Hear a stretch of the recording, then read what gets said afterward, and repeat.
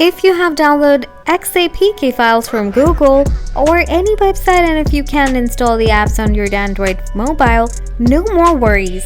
Here, as you can see, I have got a bunch of Xapk apps, but when I try to install them on my Android device, it says can't install this app.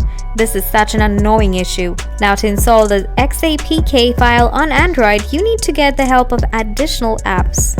So, open the Google Play Store, type Xapk. Now, install the apps. After installation, tap Open, tap Allow. Now, find the apps from your Files apps. Tap the apps that you want to install. Tap Extract here to extract the APK file, or you can tap Install. Enable the setting. Give the permission to all setting.